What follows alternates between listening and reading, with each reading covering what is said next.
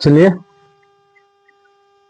Class 10 के जो विद्यार्थी मैट्रिक बोर्ड परीक्षा की तैयारी कर रहे हैं उनके लिए हम लोग रिवीजन कोर्स और साथ ही साथ एक कह सकते हैं कि जो विद्यार्थी नए सेशन में जाएंगे क्लास 10 में उनके लिए भी एक बहुत ही खुशखबरी की बात है। हम लोग क्लास स्टार्ट कर रहे हैं। तो आज का जो विषय है वो रासायनिक अभिक्रियाएं एवं समीकरण को हम लोग पढ़ेंगे। एनसीईआरटी का ये पहला चैप्टर है। डिटेल से सारी सामग्री यहाँ पे आपको प्राप्त हो जाएगी। किन्हीं को नोट्स चाहिए तो डिस्क्रिप्शन में अपना नंबर हम दे देंगे, नोट्स की पीडीएफ उनको मिल जाएगी आसानी से। चलिए स्टार्ट करते हैं। सबसे पहले रासायनिक अभिक्रियाएं क्या होती हैं, तो इसका बैकअप थोड़ा सा हम लोग जानते हैं कि रासायनिक अभिक्रियाएं हम लोग 7 क्लास में एनसीईआरटी 7 में है रासायनिक परिवर्तन। रासायनिक परिवर्तन, भौतिक परिवर्तन और रासायनिक परिवर्तन हम लोग पढ़े थे। केमिकल चेंज, केमिकल चेंज में हम लोगों ने क्या पढ़ा था कि जब कोई नया पदार्थ बनता है, जैसे उसमें पढ़े थे आम का पकना, कागज का जलना,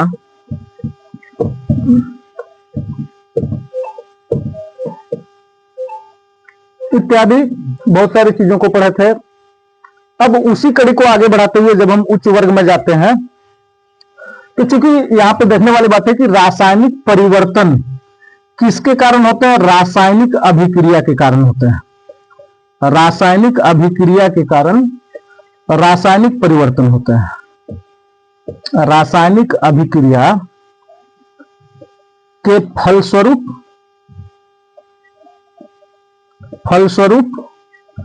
रासायनिक परिवर्तन होते हैं। रासायनिक परिवर्तन होते हैं।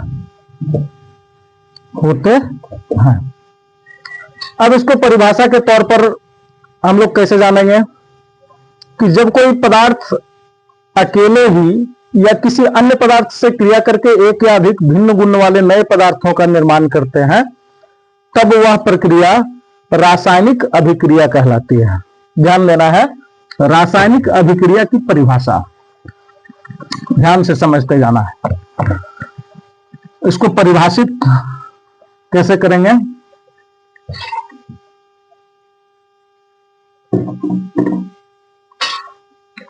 कि जब कोई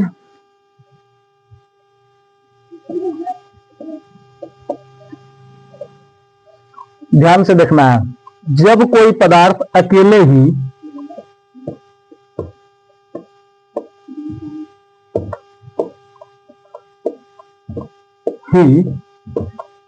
या ध्यान देना है, जब कोई पदार्थ अकेले ही या किसी अन्य पदार्थ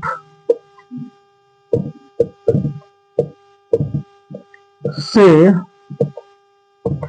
क्रिया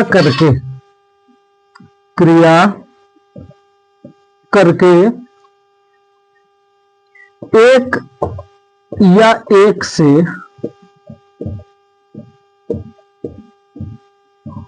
अधिक भिन्न गुण वाले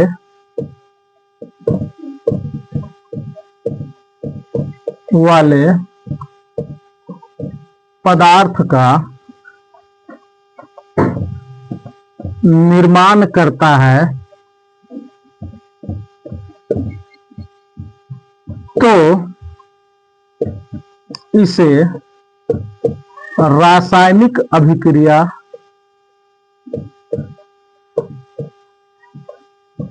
अभिक्रिया कहते हैं। कहने का मतलब यही है कि जब एक पदार्थ या एक से अधिक पदार्थ वो अकेले टूटकर या दो पदार्थ जुड़कर, है ना, किसी एक या एक से अधिक नए पदार्थ का निर्माण करते हैं, अर्थात कोई नया पदार्थ जब बनता है तब कहते हैं कि रासायनिक अभिक्रिया हुई। ध्यान देने वाली बात है, रासायनिक अभिक्रिया उसको हम कहते हैं। जैसे एग्जाम्पल हम लोग लेते हैं कि हाइड्रोजन गैस क्लोरीन गैस के साथ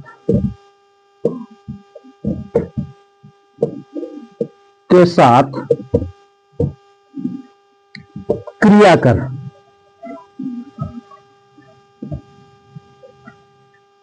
हाइड्रोक्लोरिक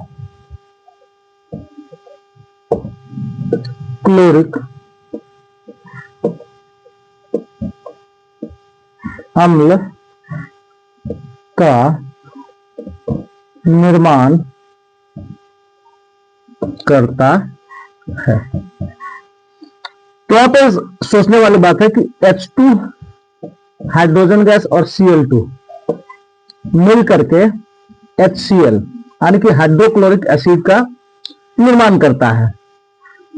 तो यहां ध्यान देने वाली बात यही है कि हाइड्रोजन गैस और क्लोरीन गैस, इन दोनों का गुण यहां पे समाप्त हो जाता है जब रासायनिक अभिक्रिया होती है। रासायनिक अभिक्रिया बन करके और जब ये HCl बनता है, हाइड्रोक्लोरिक अम्ल बनता है, तो उस कंडीशन में इन दोनों का गुण विलुप्त हो जाता है। ध्यान देने वाली बात है, इन दोनों का गुण विलुप्त होकर एक नए पदार्थ का निर्माण हो रहा है। ये हो गया नया पदार्थ, ये नया पदार्थ। जैसे एग्जांपल लेते हैं H2 प्लस O2, तो इससे बन जाता है H2O। इससे क्या बनता है? H2O बनता है, यानी कि एक गैसीय अवस्था में थी, ऑक्सीजन भी गैसीय अवस्था में है, और इससे जो बना वो द्रव अवस्था में होता है। किस अवस्था में? द्रव अवस्था में होता है। तो हाइड्रोजन का गुण और ऑक्सीजन के गुण के इतर उससे अलग एक नए गुण वाला पदार्थ बना जल, है ना। तो कहने का मतलब एक या एक से अधिक नए पदार्थ का निर्माण होता है, तो उस कंडीशन में हम क्या कहते हैं कि रासायनिक अभिक्रिया हो गई।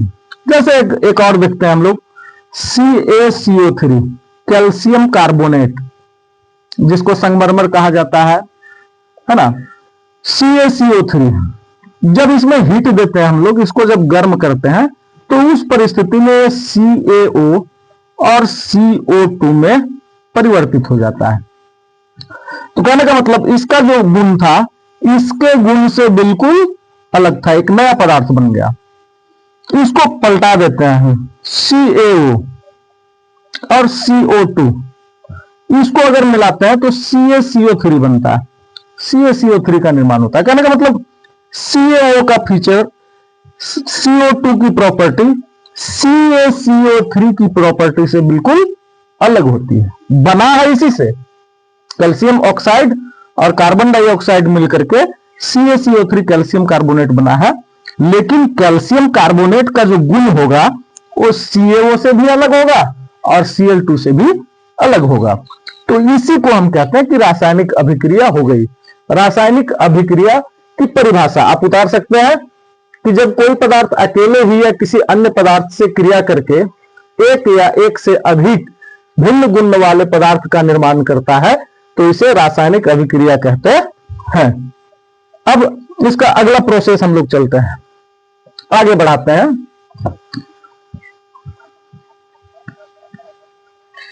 आप अगर चैनल पे नए हैं, सब्सक्राइब नहीं किए हैं, तो जितनी जल्दी हो सके आप सब्सक्राइब कीजिए और वीडियो को पूरा देखिए, क्योंकि कहीं भी कोई भी पार्ट छूटने ना पाए, पूरी की पूरी जानकारी आपको मिले। वीडियो स्किप ना करें, वीडियो देखते जाएं। चैप्टर का हर जानकारी हम यहां पे आपको उपलब्ध करवाएंगे। किन्हीं को भी किसी भी प्रकार का क्वेश्चन हो, कोई डाउट हो, तो कमेंट में अपना क्वेश्चन दे सकते हैं। अब हम लोग दो चीजों के बारे में पढ़ेंगे, एक अभिकारक या प्रतिकारक। अभिकारक या प्रतिकारक, जिसको रिएक्टेंट बोलते हैं। और दूसरा हम लोग पढ़ेंगे उत्पाद या प्रतिफल। उत्पाद या प्रतिफल, ध्यान देने वाली बात है कि अभिकारक हम किसको कहते हैं, अभिकारक या प्रतिकारक, कि जो पदार्थ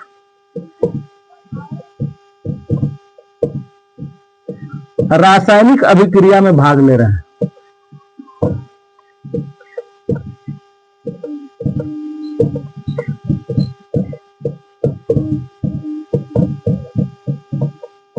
लेते हैं,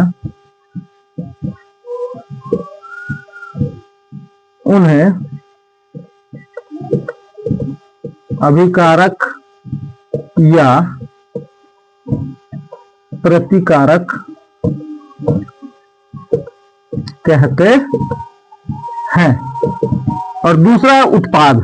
उत्पाद हम किसको कहते हैं, रासायनिक अभिक्रिया के फलस्वरूप, रासायनिक अभिक्रिया के फलस्वरूप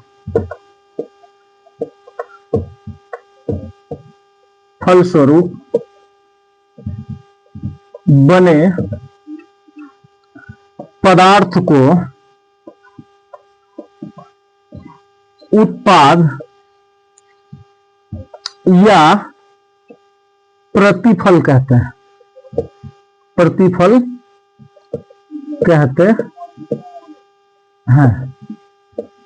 ध्यान देने वाली बात है कि अभी जो पदार्थ रासायनिक अभिक्रिया में, पदार्थ उसमें से तत्व भी हो सकते हैं, यौगिक भी हो सकते हैं, है ना।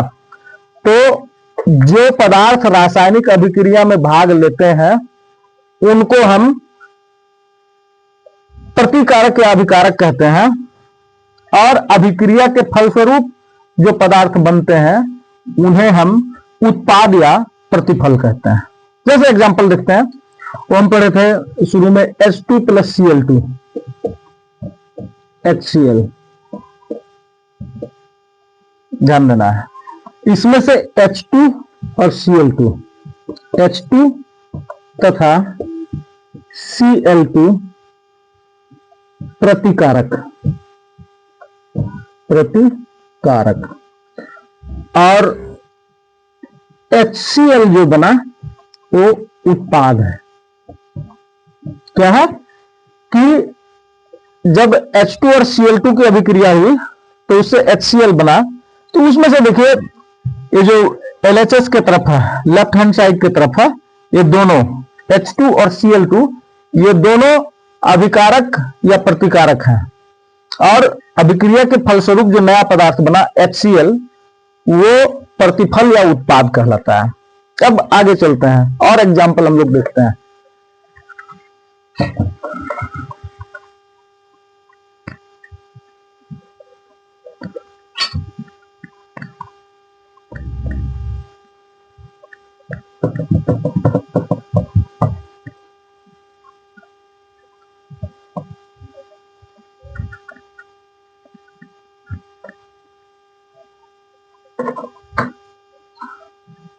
जैसे H2 + O2 H2O, इसमें प्रतिफल और अभिकारक क्या होगा, H2 तथा O2 अभिकारक और H2O ये उत्पाद या प्रतिफल। आगे चलते हैं। N2 प्लस H2 बराबर NH3 टू 3। इसमें N2 तथा H2 अभिकारक या प्रतिकारक है और NH3 जो है वो उत्पाद है। तो जैसे कि परिभाषा हम बताए थे कि अभिक्रिया में भाग लेने वाले पदार्थों को हम क्या कहते हैं, उसमें से तत्व भी हो सकते हैं, यौगिक भी हो सकते हैं। तो अभिक्रिया में भाग लेने वाले जो पार्टिसिपेट कर रहे हैं, भाग लेने वाले पदार्थों को अभिकारक या प्रतिकारक कहते हैं। और अभिक्रिया के फलस्वरूप जो पदार्थ बने, है ना, उसको हम उत्पाद कहते हैं। ध्यान देना है। इसमें देखिए H2 और O2 अभिकारक है और H2O जो बना वो उत्पाद है, प्रतिफल है। इसके अलावा इसमें N2 और H2 जो है वो अभिकारक या प्रतिकारक है और NH3 जो है वो उत्पाद है। ध्यान देना है। अब इसको हम लोग आगे बढ़ाते हैं।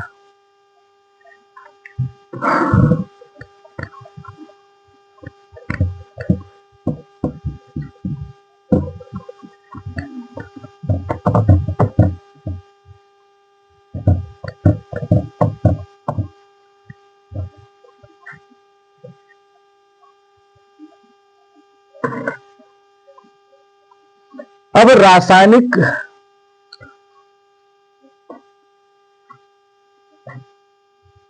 थोड़ा सा पढ़ते हैं। रासायनिक सूत्र, रासायनिक सूत्र ये ज्यादा विशेष जानकारी नहीं कि किसी तत्व या यौगिक को संक्षिप्त या सांकेतिक रूप में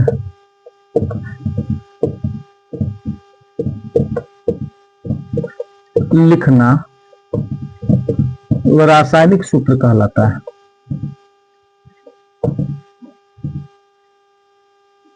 रासायनिक सूत्र कहलाता है। जैसे हम बोल सकते हैं कार्बन डाइऑक्साइड, कार्बन डाइऑक्साइड इसको हम लोग सांकेतिक रूप में कैसे लिखते हैं, CO2। Sulphur dioxide,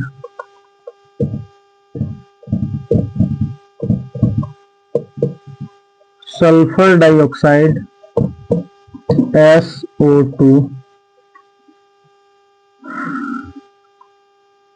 magnesium oxide,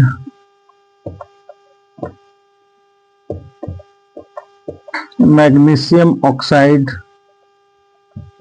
का रासायनिक सूत्र MgO। सोडियम क्लोराइड, खाने वाला नमक, साधारण नमक, सोडियम क्लोराइड का फॉर्मूला, रासायनिक सूत्र, केमिकल फॉर्मूला NaCl। खाने का सोडा, खाने का सोडा जिसको हम बोलते हैं सोडियम बाइकार्बोनेट, सोडियम बाइकार्बोनेट या सोडियम हाइड्रोजन कार्बोनेट। इसका रासायनिक सूत्र क्या होगा, NaHCO3। तो ये हो गया। ये अध्ययन के दृष्टिकोण से, मतलब संक्षेप में बनाने के लिए, अगर हम लिखते कि हाइड्रोजन गैस तथा ऑक्सीजन गैस आपस में क्रिया करके जल का निर्माण करता है, तो कहने का मतलब अध्ययन के दृष्टिकोण से बेटर नहीं लगता है, इसलिए इसको संक्षिप्त रूप में लिखा जाता है। तो किनके माध्यम से लिखा जाता है, रासायनिक सूत्रों के माध्यम से लिखा जाता है। अब हम लोग इसके आगे चलते हैं रासायनिक समीकरण में। रासायनिक समीकरण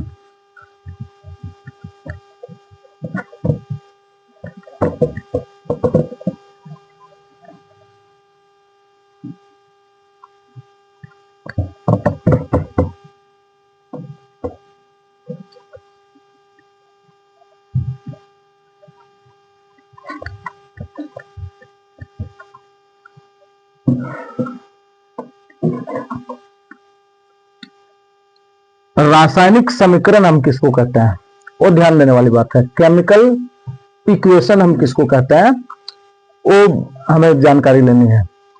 तो रासायनिक समीकरण किसको कहा जाता है? किसी रासायनिक अभिक्रिया में भाग लेने वाले पदार्थों के संकेतों एवं सूत्रों की सहायता से उस अभिक्रिया का संक्षिप्त निरूपण रासायनिक समीकरण कहलाता है। क्या है? किसी दिखाई देना चाहिए। रासायनिक अभिक्रिया में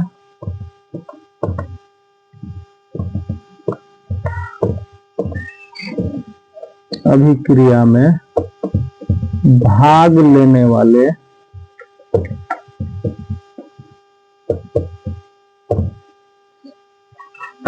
किसी रासायनिक अभिक्रिया में भाग लेने वाले पदार्थों के, यहां पे आप लिख सकते हैं तत्व या यौगिक। किसी रासायनिक अभिक्रिया में भाग लेने वाले पदार्थों के संकेतों व सूत्रों, किसी रासायनिक अभिक्रिया में भाग लेने वाले पदार्थों के संकेतों व सूत्रों की सहायता से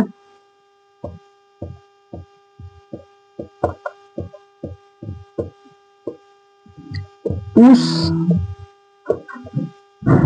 अभिक्रिया का संक्षिप्त निरूपण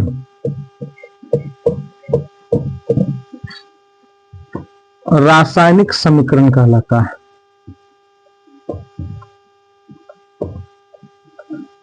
रासायनिक समीकरण कहलाता है।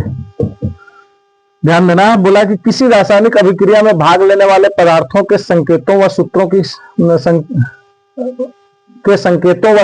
सहायता से उस अभिक्रिया का संक्षिप्त निरूपण रासायनिक समीकरण कहलाता है।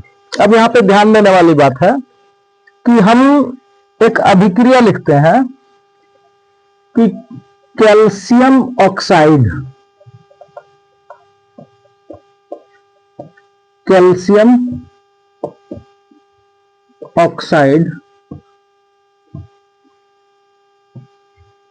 तथा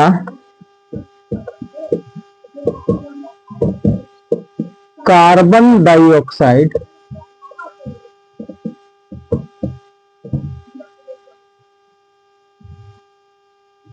की अभिक्रिया के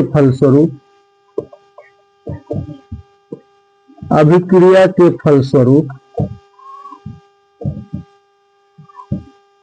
कैल्शियम कार्बोनेट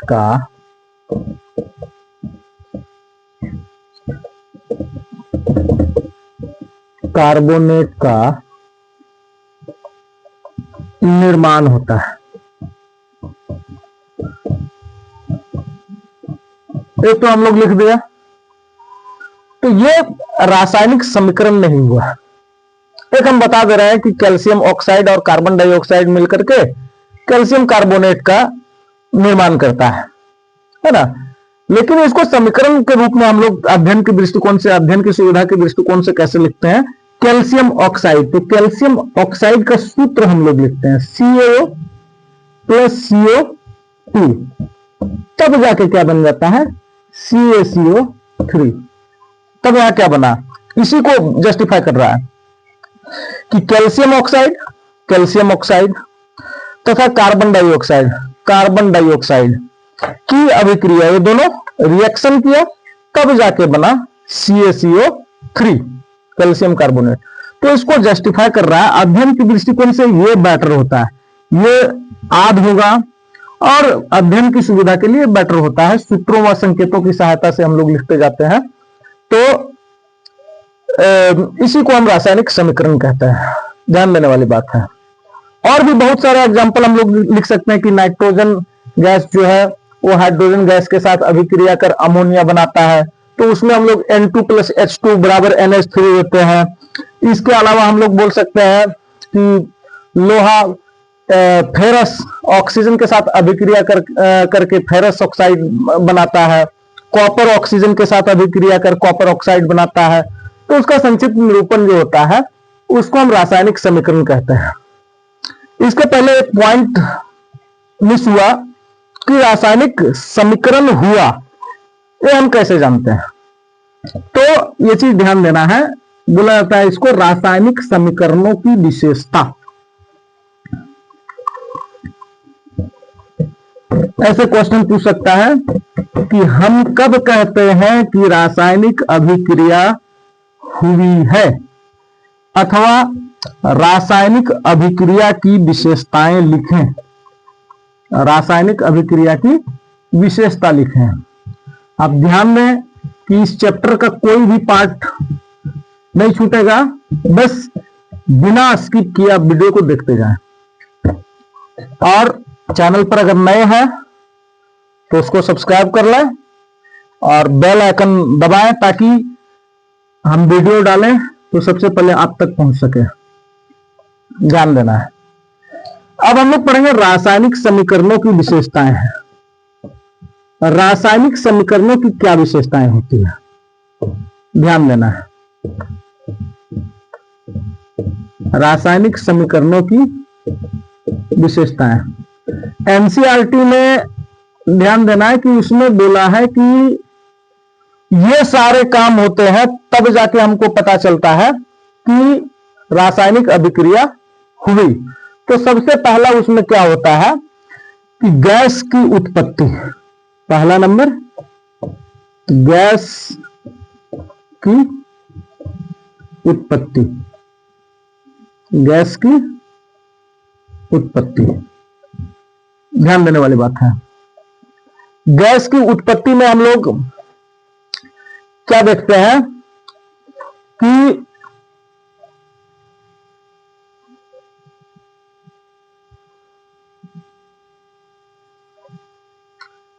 गैस की उत्पत्ति, जैसे एक एग्जांपल लेते हैं कि जिंक हाइड्रोक्लोरिक अम्ल के साथ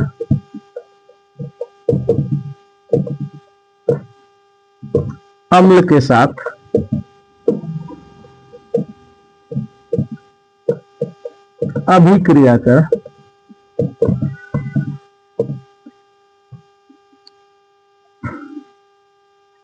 हाइड्रोजन गैस बनाता है।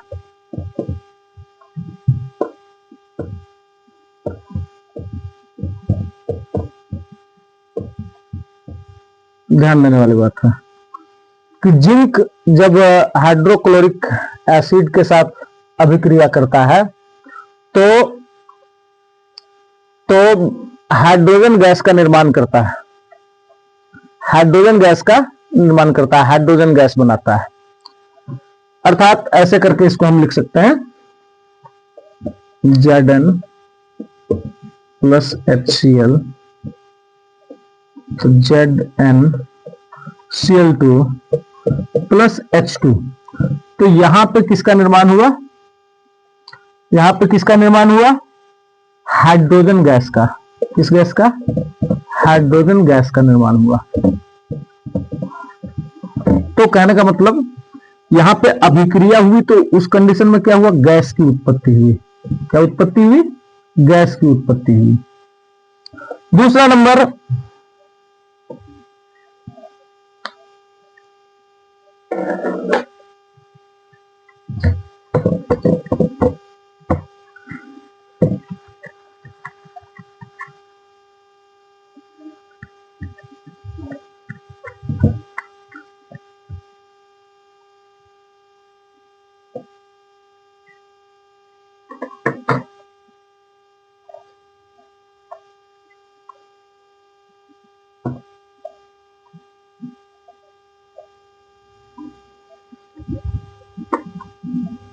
डिस्टरबेंस के लिए माफी चाहूंगा।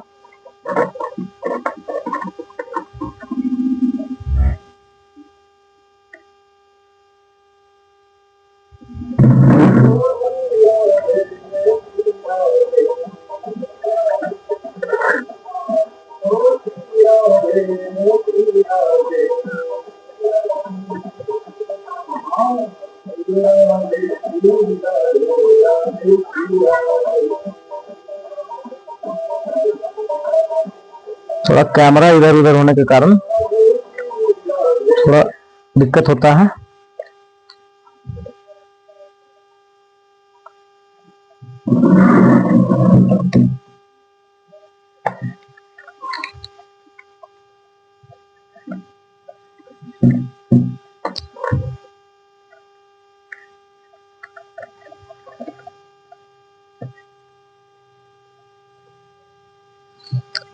दूसरा नंबर है अवक्षेप का बनना, प्रिसिपिटेट। दूसरा नंबर अवक्षेप का बनना। अवक्षेप का मतलब क्या होता है कि अभिक्रिया के फलस्वरूप कुछ ऐसे पदार्थ होता है, सेमी सॉलिड, अर्ध ठोस जिसको बोल सकते हैं, वैसे पदार्थों की उत्पत्ति होती है। तो दूसरा नंबर यही होता है अवक्षेप का बनना। जैसे एक आध गो एग्जाम्पल हम लोग ले सकते हैं। सोडियम क्लोराइड के जलीय विलयन में सिल्वर नाइट्रेट का विलयन डालने पर सिल्वर क्लोराइड का दही जैसा सफेद अवक्षेप प्राप्त होता है। अथवा और भी बोल सकते हैं,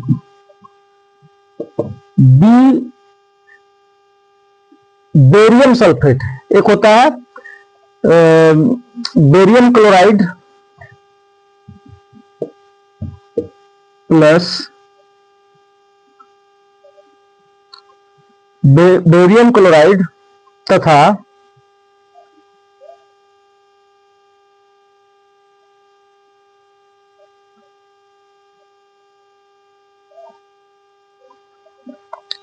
बेरियम क्लोराइड के जलीय विलयन में BaCl2 प्लस H2SO4 H2SO4 को हम लोग मिलाते हैं तो BaSO4 प्लस HCl हाइड्रोक्लोरिक अम्ल प्राप्त होता है।